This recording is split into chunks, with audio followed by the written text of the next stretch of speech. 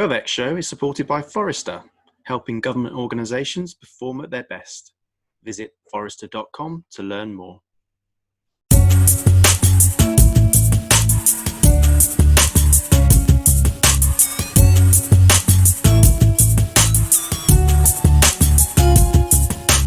Hi and welcome to another episode of the GovX show. I'm Tim Coulthard, Marketing Director here at GovX Digital, and my guest today is Thomas Moore, who's the Market Principal at MadeTech, the public sector technology delivery experts. MadeTech is our partner for the session on digital services at GovX Digital in November, so it's great to talk to Thomas about the current landscape and the trends he's seeing in the public sector. We'll look at the emerging challenges that digital leaders face in 2020, a year that's seen pressure on delivery reach unprecedented new levels amid the COVID-19 pandemic, all while the digital teams themselves have been working remotely. I'm sure many of you recognise those challenges, so let's hear from Thomas now. So Thomas, welcome to the GovX show. Good to be here. Thanks for joining us, and we're going to have a conversation around your role and MadeTech and some of the big challenges and issues faced around sort of public sector digital services. But thought we'd set the scene first by maybe finding a bit about you, the person. What sort of drives you? What are your interests outside of work before we get into your sort of career? Well, I love music. There's always music playing in the house. It's either streaming or it's on the radio. We've got a whole collection of different musical instruments that we gathered over time. I'm on the piano and the guitar. I find that very therapeutic. I wouldn't say it was amazing, but I love to do it. And my kids are really into music as well. So now we've got saxophone, oboe, trombone, and we've even got a Welsh lever harp, recent arrival, beautiful thing. We've got very understanding neighbours, which is just as well because despite our compromising very much, as much as we can to fit around practice times and things, it could be a complete nightmare if we didn't have music lovers next door, but we do. In fact, we've now got a budding saxophonist upstairs, and next door, we have a budding pianist, so maybe we'll spread the love all the way up the street. This sounds a sort of idyllic scene of a sort of musical neighbourhood. I'm kind of jealous. I don't think there's anything like that around where I live. So I guess this is the year to sort of develop all of those skills and to sort of bring everybody together. So it sounds like a really nice setup, very creative. So talked about a bit about you outside of work, talking about your career and your sort of areas of focus and expertise. Could you maybe tell us a bit about your sort of key points in your career and your journey and what sort of drove you towards technology and the public sector? Yes, well, my involvement, my journey into the public sector has come entirely from my interest and passion for computing and internet technology and what it can do for people. 35 years back now, when I was a small kid, my family brought a 64-bit computer into the house. I had no idea what to do with it, but I quickly did and never looked back. And I began my professional career maybe 25 years ago now. And it was all about computer hardware, network engineering, software development, supplying internet to organizations, connectivity in the mainstream, public internet cafes in West End, some of the first ones in London I worked in, run. And yeah, it's really been about internet applications and software development all the way through up until about 2008 when I really got into consulting. And when I made that transition, I've had the privilege of working with some really inspiring people and a number of leading consultancies who do work in the public sector and working across a whole suite of types of solution, form-based data capture and processing, workflow engines, network security policy managers, API platforms, all kinds of things you can imagine. But it's always been clear to me throughout my career that the real problems in businesses trying to achieve their goals don't really come through the complexity of the algorithms and the software. They're really very much about the people and getting evidence-based, real understanding of what's needed from the people who are going to be affected. Yep. And then understanding what's happening within the organizations themselves and the people there and what they're working for. That's been the biggest challenge. And that was something I was really excited to get involved in. And the public sector has such a huge range of diverse problems to get your teeth into. You've got public sector workers. You can affect them through things like Gov Wi-Fi, Wi-Fi from everywhere, log in once and be anywhere. Maybe there are other services that absolutely underpin our society moving criminal data from courts to the police, or you've got really niche things like getting the data so you can calculate the airflow in a bus and work out optimum seating during COVID. Yeah. You just can't get that wealth of challenges to get your teeth stuck into outside the public sector. And that's what drew me in. Yeah, I mean, as you say, technology and data are, they're like air now, aren't they? It's all pervasive. It touches every aspect of people's lives. And it's interesting, we have several conversations with people working in this space, and almost universally that they speak about outcomes and impact as much as they clearly have the technical skills and the background to be able to do the role, but that's not really what makes people tick. It's about how this knowledge, expertise, technology is actually going to transform lives, have an impact, with the public and so on. Absolutely. Yeah, it's interesting. So tell us a bit about Maytech and your role there. I understand you haven't been there that long, but what sort of drew you to them, and what are you really focusing on now? Well, Maytech, a public sector technology specialist, we provide services to public sector organisations to improve public services. I am London market principal for Maytech, so I am responsible for the work that we do in London and the South East. What drew me to Maytech is this enormously powerful, open, positive culture. The community and culture of Maytech is fantastic. It's really open, diverse, friendly group of people. Their openness extends way beyond the company into the way that they share their work, their open culture, the way that their handbooks are public, the relationships they formed alongside partners, the very transparent relationships they form with their public sector leaders that they engage with in order to provide services for. And the focus of my role in the company is really to do the hard work to ensure that continues as we scale, that our people can continue to challenge each other in the open, embrace different points of view. That allows us to reach answers quicker, better solutions, deliver faster, because we're bringing a whole range of expertise onto problems. And as a result, the outcomes are so much better, because the technology itself is, as you say, has no real value unless it has a positive outcome at the end. And really, it's a privilege to have all these problems to solve, and the whole group at Maytech have that culture and view about it. Yeah, and it leads us nicely to looking at what you're actually working on right now, in maybe not specific projects, but what are the pain points or challenges that are occurring in conversations with different public sector organisations? Are there common trends, or are they quite diverse? Well, I mean, the theme of this whole event is about accelerating delivery, and that's exactly the key. Everyone has so much to do, particularly now in the times we've been living through. So much has to get done with really, really tight resources. So it's all about very creative ways of finding faster ways of getting things done that make a big, big difference in the shortest amount of time. So there's a number of factors that bring into that. One of the key themes is definitely the speeding up of the building of internal capabilities within public sector organizations. There's great people we work alongside. We form teams collaboratively alongside the departments we work in often, and exchange ideas.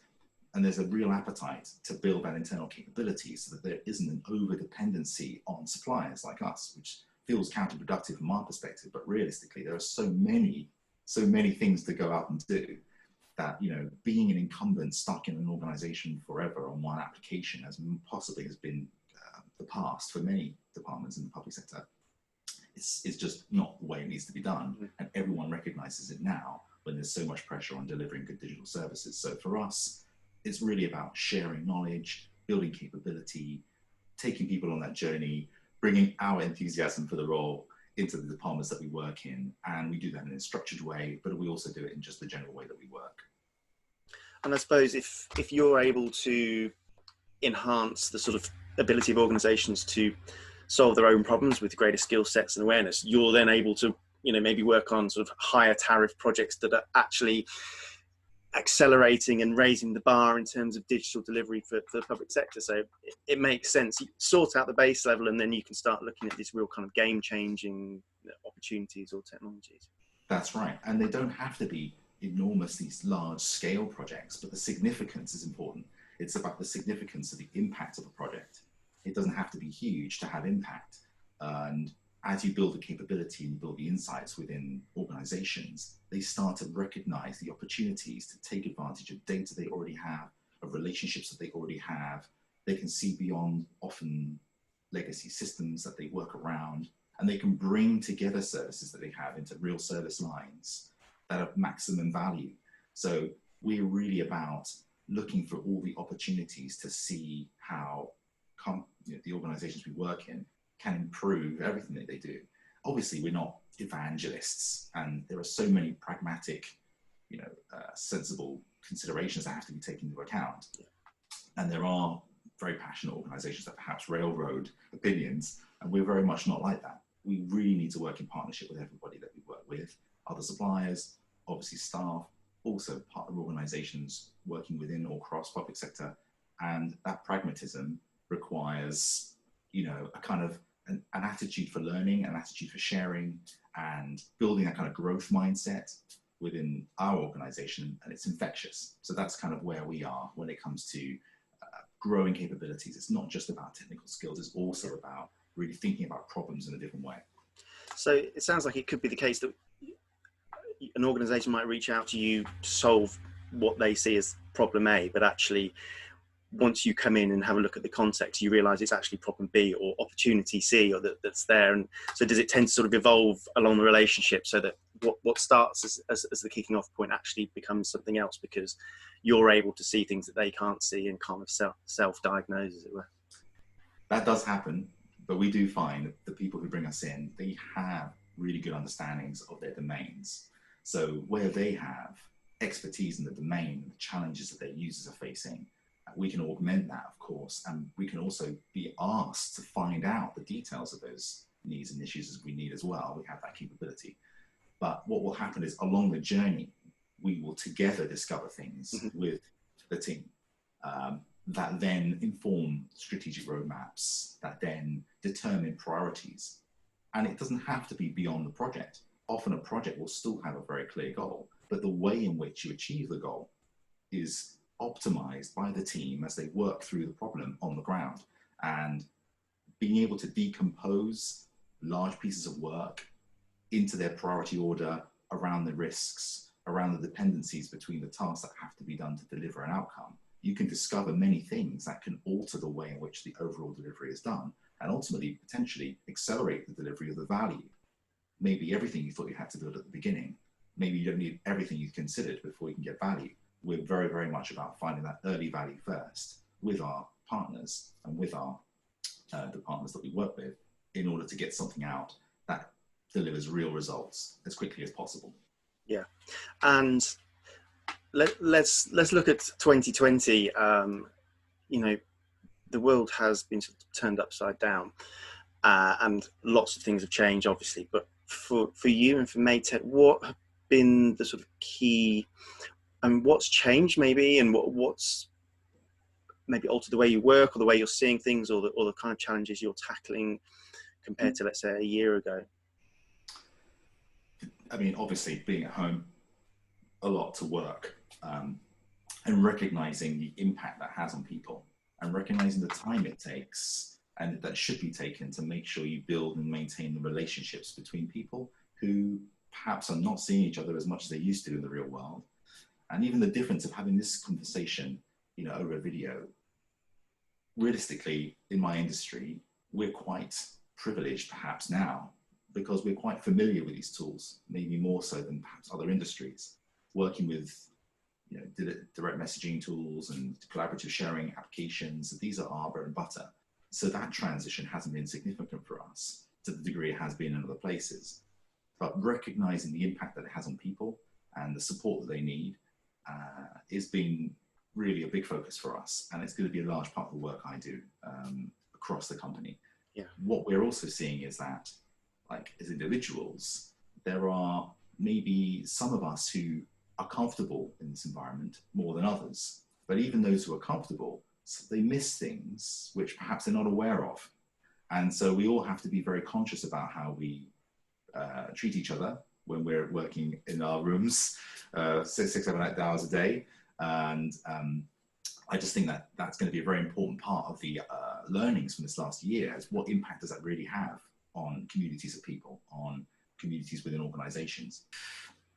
Internally in the organization, we put a lot of energy into supporting our people, and the culture that we bring into our teams on the ground with our deliveries into public sector, we also try to bring that culture as well. And a candor in giving feedback and frankness and speed of giving feedback and receiving constructive feedback is quite different in a virtual way, but we really thrive on feedback culture. So we're very, very keen to continue to support that despite the distance that we have between us at the moment. Yeah, absolutely. And I wanted to look a little bit at digital services. That's the session that you're going to be involved with us at the conference. And it's one of those terms that can mean different things to different people, but I'm interested in your take on when you hear that term, what does it mean to you, and what are the key aspects of digital services that you're focused on? Most of the work we get with a digital umbrella around it involves some interface to some citizen in order to serve some need. So there's no doubt that that's still the bulk of what we're asked to do. But behind the scenes, there's so much more going on, moving things into the cloud, increasing cybersecurity around applications and networks, the use of data, all of those underpinnings that make things work behind that simple interface that we hope to offer to the user. That's really exciting. And there's some real thorny challenges in there that we love to work through, including, wrapping systems that perhaps no one's really understood for a long time, but are still critical to the way that we work and how citizens' lives are run, making sure that that's moved into a stable environment with a clear wrapper around it so that it can be migrated towards new services, that new services and old services can be linked together in a seamless way. All the behind the scenes magic that makes the simple service work well, that's really where we specialize in at Maytech. And what we're finding is within every project, after you've got under the thin layer on the top surface, there's a whole world underneath it that makes it work. And that's what gets us really excited. I'm really interested also to meet the other speakers and hear about their problems and challenges, because as this time has shown us, digital is absolutely going to be the dominant way in which citizens engage with public sector services. And we are all about understanding everyone's needs, obviously, because we're a business, but because really that's what affects us as people as well. We're also citizens, and we want to see how we can do the best for ourselves in a selfish way through the work that we do for our partners and our clients. Yeah, absolutely. And that the outcome and the idea of the sort of frictionless digital services that people can use is a conversation point that's come up a few times, and I think it seems to be a real goal for so many kind of public sector organisations, just to minimise the impact, to enhance accessibility, to make people feel safe, to do as much as they can safely from home rather than having to go to offices, fill in forms, etc. So in a way, that the incredible challenges that have come up this year might lead us out the other side in a world where there is a sort of easier way of doing things, because digital has been accelerated by necessity, but the outcomes will be in place. That's the hope. Exactly. Even though we're digital specialists, we don't want to leave anyone behind. When we're thinking about the outcomes of a service, we don't think about technology first. It's all about the needs first. And there will be people who need a wider range of support than digital services currently are capable of offering. It's really important, everything that we do that does touch a citizen takes that into account. The kind of specialist areas that we work in are often very much in the hard lifting behind the scenes, and we love that work, but it's always clear to everybody in any Maytech team the outcome is what we're here for. And in terms of the way digital service delivery is changing in the public sector, other than sort of generally saying there's more digital, are there any trends or particular areas that you're seeing more of where it's a sort of common theme in the conversations you're having or the projects that you're seeing? So what we're seeing is continuation of the trend towards not just awarding work to very large consultancies, but also approaching SMEs and specialists and building rainbow teams comprised of multiple suppliers. There are lots of advantages to this. One is it de-risks your dependency on one supplier, but also it allows you to bring specialist skills from different places, put them together, and then get the benefit of all of their combined expertise on the problem. There are challenges to doing this, challenges that we think at Maytech we have a great model for solving, but the benefit is that it widens the number of organisations across the UK who are able to take part in and contribute to the public sector. The digital revolution that we are now seeing accelerate around us requires an ever-widening group of people who want to take part in that industry, who want to be a part of it, want to work in that industry. And it's very much part of our company culture through the way that we build career development, and we will be continuing to do that over the next couple of years. But the way that we build our academy, and we reach out to people across different walks of life and invite them to take part in that journey towards a digital career, we see that happening within every public sector department as well. And that widening of involvement, the number of people who take part, is super critical, because we've seen the more different views you bring to a problem, the better and faster you get outcomes. And the more people in the country capable of contributing to that public sector growth of digital, the more robust as a nation our services will be, the more robust our experiences as citizens will be, the more people who will understand what's involved and will be able to think of new ways that we haven't thought of yet to help run public sector services. So very much this expansion of the range of people who can take part in contributing to public services, I think that's going to grow. That's really interesting, because we have a session in the event also about government as a startup accelerator, which I guess speaks slightly to the same thing, which is the idea that it's no longer the preserve of the public sector to just be the customer, but actually to be facilitating or the sort of host for a sort of amalgamation of different talents, whether it's established large organizations or whether it's a sort of startup with particular edge in a certain area. And that seems to be similar in terms of how you're seeing these kind of drawing together of different smaller organizations that have that expertise. So quite exciting times, I would say, for the way technology is not only impacting, but being embedded in the way the public sector operates. Absolutely. More people in the world, in our country in particular, who love the idea of a career in using digital technology to contribute to outcomes that affect people. It can only be better for everyone, and everything that anybody does that expands that opportunity and builds that and prioritises that within their organisations will reap, I believe, strategic rewards, huge ones, as a result. And in terms of delivery and those rewards being realised, what can digital do in order to sort of relieve the pressure on service delivery? Because obviously we're having, there's even greater need now than there ever has been for public services to be efficient and sort of frictionless for the user. What are the key areas where digital can really make an impact on that? There are many new services being proposed to meet user needs, and the GDS approach, which we are advocates of, it encourages experimentation, trying things out to see whether there's a better way of doing something or a new way of meeting a need. And by trying things out, you create hypotheses that can then be tested. So once you have these hypotheses, digital technology is really great at being able to build very quick results. So you can get a problem, you can work on it, you can build something quite quickly, you can get it out there into the hands of real people, see what the result is, and then improve on it and iterate on it. And I think there are some things that are going to be maybe digital only. We have an example of a project, really remarkable project, within 48 hours to build a service that allowed patients to see their loved ones from hospital if they were infected with COVID-19. And that's a hugely emotive situation, and a solution to that problem probably be unfeasible without some use of digital technology.